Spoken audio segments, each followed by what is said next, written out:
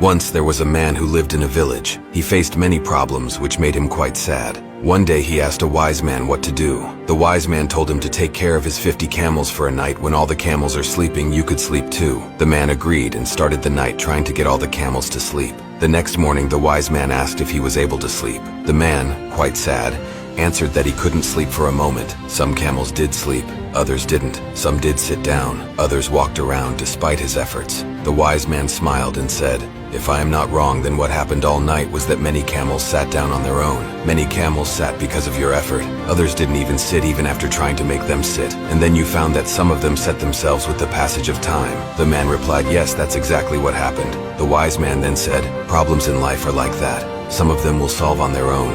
Some will be solved with your efforts, and some will not be solved even with efforts. So leave these kinds of problems on time. Solve the problems or leave the problem, but do not live with the problem."